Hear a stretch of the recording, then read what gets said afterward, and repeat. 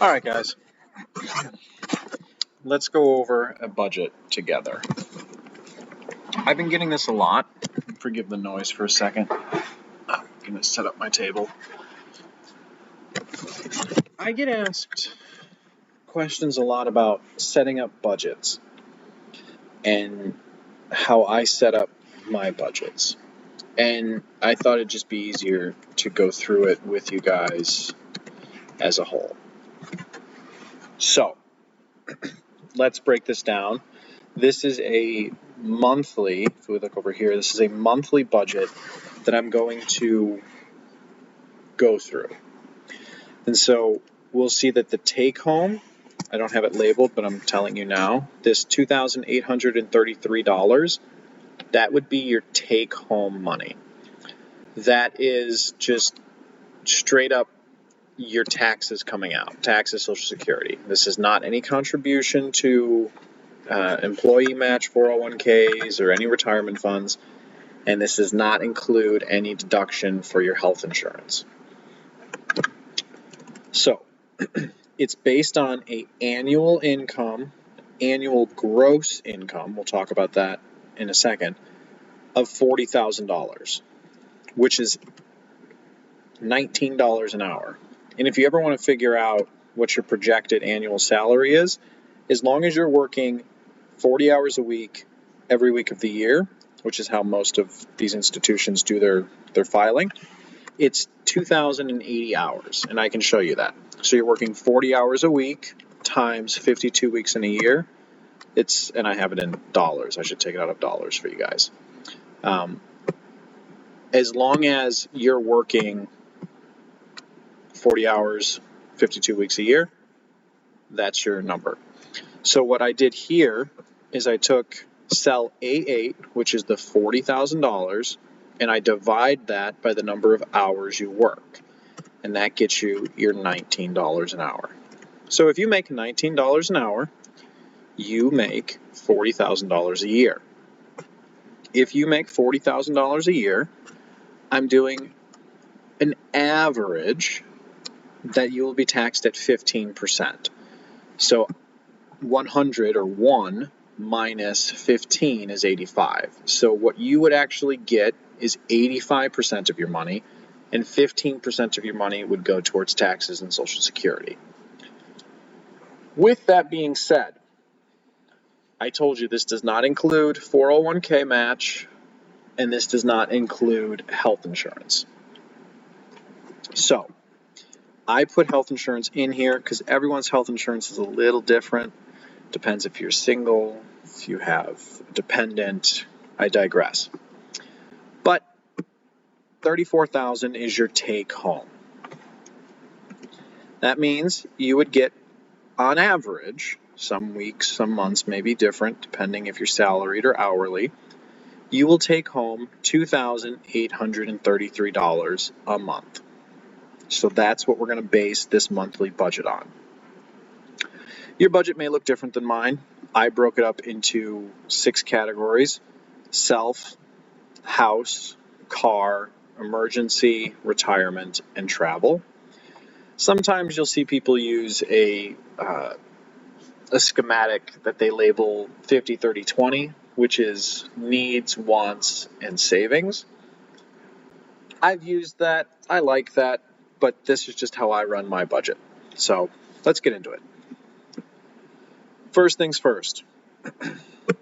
And it's not to say that any one category is more of a priority than another, though certainly some line items are more important, like rent, groceries. These are definitely going to be more important than entertainment. But let's just get into it. So, health insurance. Let's say that your health insurance is 5% of your income. So what I'm going to do is do equals, and I'm going to go to how much we're making in a month, and I'm going to times that by 0.05. 0.05 because that would be 5%. So $141.67 is for your health insurance. Groceries, I would like to conservatively say, if you're single or just one person, $300 I know you can probably get by with less, and I also know that most of you would probably prefer to have more. We're going to say $300. Self-maintenance, again, it depends how much money you have left, but in general, there are certain things that you do need for your own self-maintenance. This can include all sorts of things, from you needing, depending if you're a man or a woman as well. But self-maintenance generally means it's things that you need to maintain yourself, whether that's a haircut, whether that's shaving cream, whether that's razor blades, whether that's, and more on the frivolous end, shouldn't say frivolous, but more on the unnecessary end, it could be things like spa days, it could be things like manicures if you're a woman, etc. But just maintaining yourself, haircuts, deodorant, conditioner, shampoo, etc. I'm going to say we'll meet somewhere in the middle and say $75 a month. Verizon, we can probably relabel this to cell phone or just cell bill. I pay $55 a month. That's what we'll go with. You might pay more, you may pay less. Prescriptions, this can be if you have prescription medications, but this can also be things that you just know that you're going to be getting and you're not getting them every month, whether that's Tylenol, Tums, multivitamins, etc., etc. Let's say $30 a month. Entertainment, as a general rule, entertainment should not, in my opinion, this is not financial advice, entertainment should not be more than 5% of your income. And since we said health insurance is the same thing, we already know what it's going to be, $141. Fun is kind of what it sounds like. You just get off work and somebody says, hey, you want to get a coffee, you want to get a drink, and you want to build some relationships or you want to network. $25 a month. Phone, this is a saving for a future phone. We'll circle back to this because this will be if there's any money left, we'll put some here. Unless, I'll take that back. Let's say that there's a minimum amount that we want to put. And let's say, and I'll do it on the side here. Let's say that we know we're going to want or need a new phone every 3 years. And let's say that our phone cost $800 divided by 3 years. But I'm going to do it by 36 because there's 12 months in a year. 12 times 3 is 36. So this is how much we'd have to put away a month if we wanted a new phone in 3 years' time. $22.22. So what I'm going to do for phone is I'm going to say at minimum I'm going to put away $22 a month. Then we'll come back and readjust this if we have extra money. So personal is just what it sounds like. Personal is money that you get to spend without you feeling guilty. I'm going to say $50. And for me, this personal would include things like gift giving. Next is your rent. Oh, and before we get there, let me show you guys something. If you've been paying attention, this cell here, cell A3, has been changing. And so has cell A4. So A3 is how much money this category, all the categories really. You see the 840 up here? If we were to take away this $300, both these numbers, or both these cells rather, A3 and A4, change. A3 is the total money you've spent so far, and A4 is the remainder of your monthly income. Okay? So let's put that back and you can see. And this number is how much, it's as a percentage, how much of your monthly income you have used up. So we've used 30% of our income already. Let's talk rent. Rent, personally, I don't believe that you should ever pay more than 25% of your take-home income towards your rent. I know a lot of people will say it's 30 or 33%. If that's where you fit, that's fine. And as your income rises, you might be able to handle that in a better way where you can decrease the amount, but it should not be more than 25% of your income, or you're going to struggle on multiple of these other things that you want to save for. So you can spend up to $700 on your rent. I know that seems very difficult in the modern world, especially in my state. And just to show you, a lot of people will say a third, so we'll do 33.3. That's still $940, let's call it $950. That might be more realistic for you, but I'm going to tell you it's going to be better to stick to 25%. Internet, I pay $65 for internet.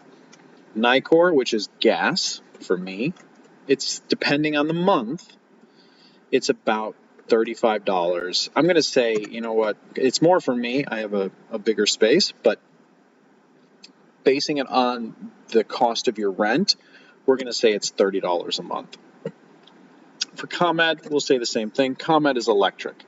Now, I know that there is a difference between seasons. So, for example, my gas, or rather my furnace, my heat, is gas. So in the winter, my gas bill is more than my electric.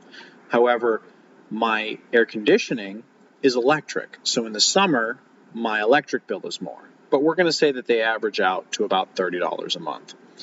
Water and trash, I pay about $15 for a month. Sundries is everything that is just too many things to list out in and of themselves. And it may be things like,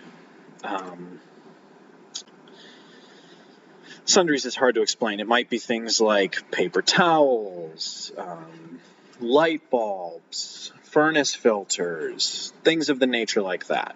We're going to say that that should not be more than 3% of your monthly income. Streaming, depending how many different services you have, but I'm going to tell you, if you're paying more than $30, you probably have too many subscriptions for your income.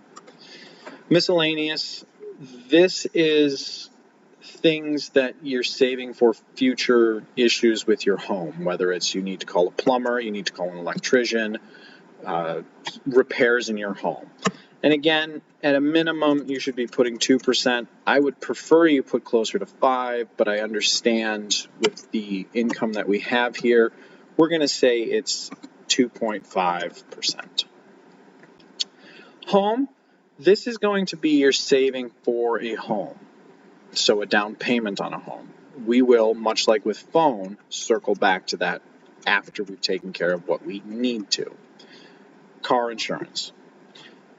Depends what type of car you have, depends whether you have full coverage liability, but we're going to say in general, it also depends on your age, but in general, we're going to say $120 a month. Upkeep, this includes gas for the car, general fluids for the car, any future repairs for the car. So at a minimum, I'm going to say 3 tanks of gas, and this is variable depending on how much you drive, but I'm going to say 3 tanks of gas a month for me, and it's probably a little less, but I'd rather be safe than sorry. And we're going to say let's just say it's $150 in gas a month, and then we're going to add on $65, so $215 a month in upkeep for the car. In terms of saving for our car, again, we'll address that as we come back to whatever our remainder is. Emergency. If you have some emergency fund, it will be different. If you have no emergency fund, then we would restructure this entire budget and funnel the vast majority of our money into an emergency fund. However, for the purposes of this video, I'm going to say that you have at least 1 month of reserve funding for absolute necessities. So basing it on that, we're going to say that you're going to contribute an additional 5%. So you're going to put $141 and some change away a month until you get to about 6 months in an emergency fund. Again, it's different if you are single, or if it's two people with an income, or if it's you and kids. It really depends on the stability of your job. Because if you have no emergency fund, you're going to put as much of your money towards that as you can. Now, retirement. It's dependent on multiple factors. It's dependent on if you have a match with your employer, and it's also dependent largely on whether or not you have an emergency fund. And if you do not have a 1 month emergency fund, we're not putting money towards retirement. We're putting money towards an emergency fund until we have that where we need it to be at least 1 month. But we're going to say that you have the 1 month, and I think that you should put between 10 and 20% of your net income, meaning the money you take home, into retirement.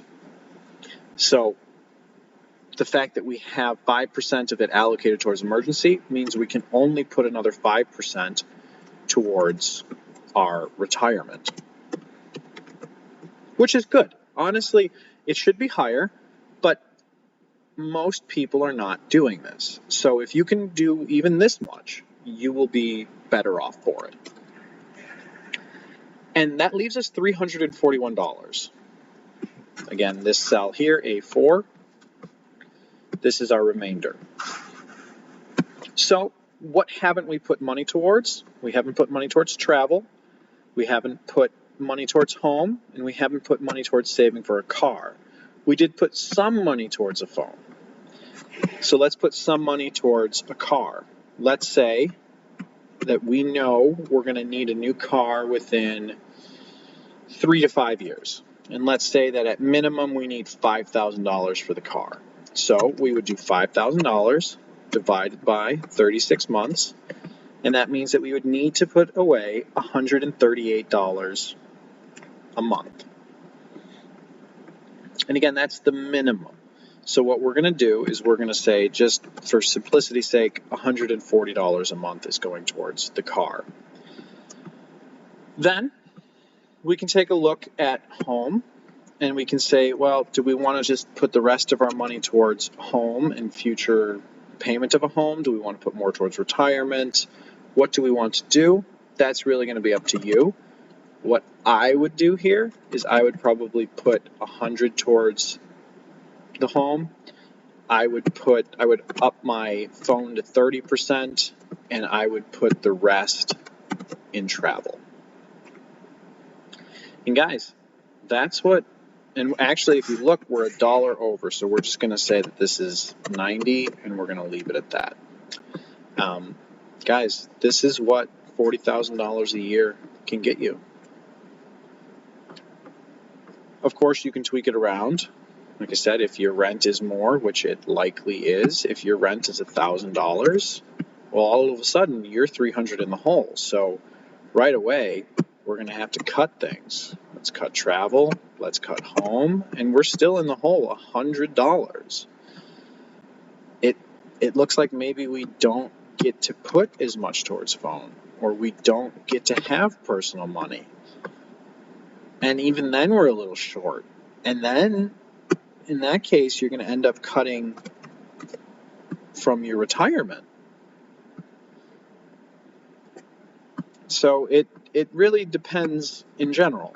And by the way, this template that I'm using is available, link in the description. Feel free, download it. All right, guys, I hope this helps. If you have questions, please leave them in the comments below, and I will get to them as soon as I'm able. Thank you, and have a wonderful day.